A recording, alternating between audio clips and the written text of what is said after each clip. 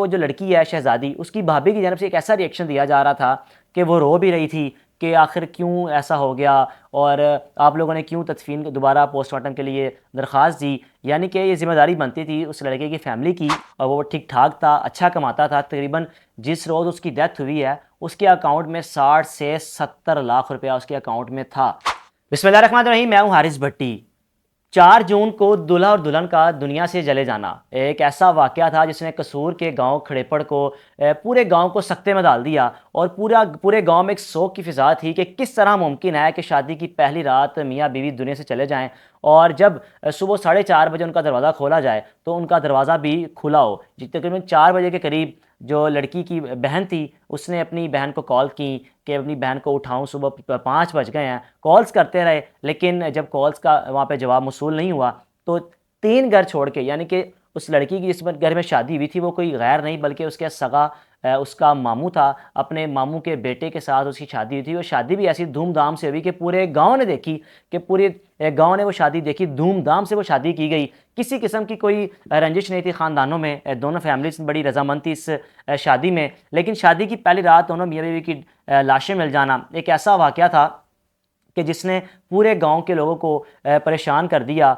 और सबसे बड़ा जो एक अजीब सा एक मामला ये हुआ कि बजाय किसी किस्म की तहकीक की जाए, पहले दिन ही उसी दिन जैसी डेड बॉडीज़ मिली हैं चंद घंटों बाद उन दोनों को दफना दिया गया। अब आपको इस चीज़ का पता है कि जब ये आगे आकर 24 अक्टूबर को, तकरीबन 4 अक्टूबर को लड़की की जो पोस्टमार्टम किया गया, उसकी डेड बॉडी निकाली गई। उसके भाई की जानिब से दरख्वास्त दी गई कि मैं चाहता हूँ कि मेरी बहन का पोस्टमार्टम किया जाए। मेरा नहीं ख्याल कि ये जो आम चीज़ है, आखिर किस तरह मुमकिन है कि मेरी बहन शादी की पहली रात ही दुनिया से चले जाए। अब कुछ ऐसे हकाइक सामने आए हैं कि जिसको सुनने के बाद आप हैरान होंगे कि ये कोई तबी मौत नहीं है। और जब मैंने किसी एक वकील से बात की, फैसल जट साहब, उनके मुताबिक कि कैसे मुमकिन है कि जिस्म में काले चट्टान हो और जब उनको पकड़ा जाए, उनको डेड बॉडी को देखा जाए तो उनके होंठ काले हुए हों, ये एक नामुमकिन सी बात है। सबसे पहली चीज़ जो अब तक जो सामने आई है, जब मैंने वहाँ जाकर महसूस किया, उस घर में गया हूँ, सबसे पहले जब मैंने देखा तो जिस घर में, यानी कि जो शहज़ादी थी लड़की,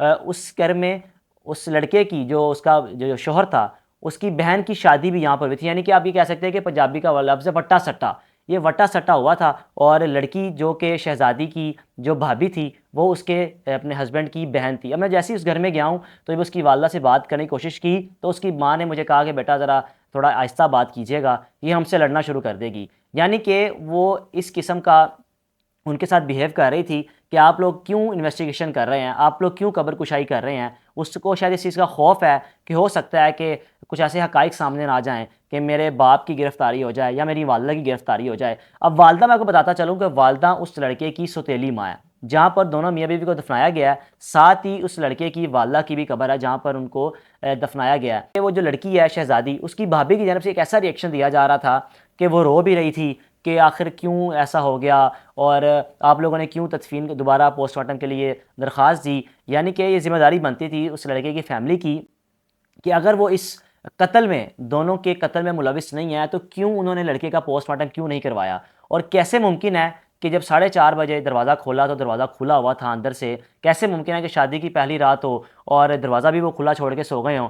ये एक नामुमकिन सी चीज़ है जिसने पूरे गांव को एक ऐसी परेशानी में डाला। पूरे गांव के लोग भी सोचने पर मजबूर थे कि आखिर एक कैसा इत्तेफाक है कि दोनों की तिबी मौत हो गई। और अब जो पोस्टमार्टम की रिपोर्ट है वो 2 रोज़ बाद आ जाएगी। 2 रोज़ बाद अगर जब ये रिपोर्ट सामने आएगी और अगर इसमें ये चीज़ सामने आती है कि वाकई ही उस लड़के को और उस लड़की को कत्ल किया गया है, तो क्या उस फैमिली को सज़ा मिल पाएगी।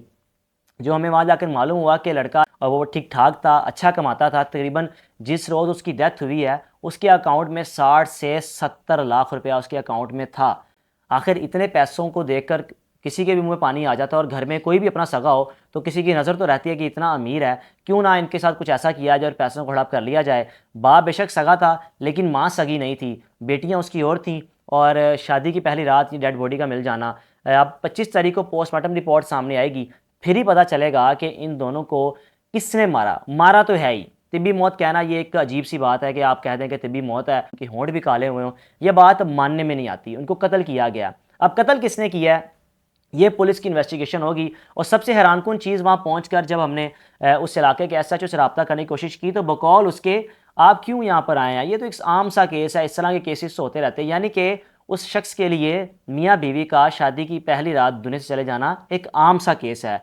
तो आप सोचें कि इनसे बड़े केसेस उनके लिए क्या होंगे। कितना बड़ा केस वो कह रहा है कि ये तो आम सा केस है, आप इसको क्यों इतना रिपोर्ट कर रहे हैं, हमें इंटरव्यू करने की कोई परमिशन नहीं। हालांकि ऐसा बिल्कुल भी नहीं है। लाहौर में जब भी कोई क्राइम होता है तो SHO जिम्मेदारी से आकर इंटरव्यू देता है, क्योंकि वो उस केस की इन्वेस्टिगेशन कर रहा होता है। और जब वो इन्वेस्टिगेशन अगर कर रहे हैं तो उनकी जिम्मेदारी बनती थी कि मीडिया पर आकर बयान देते कि बताते कि हमारी अब तक की इन्वेस्टिगेशन के मुताबिक दोनों मियाँ बीवी की डेथ हुई है या उनको मारा गया है। बहरहाल पुलिस ने तो अपना मौक़िफ़ देने से साफ इनकार कर दिया था। अब 25 तारीख को एक और बात आपको बताता चलूँ कि जो लड़की का भाई है उसके बकौल जब 4 अक्टूबर को पोस्टमार्टम कब्र कुशाई हुई तो हम उसके पास 7 से 8 अक्टूबर के दरमियान गए।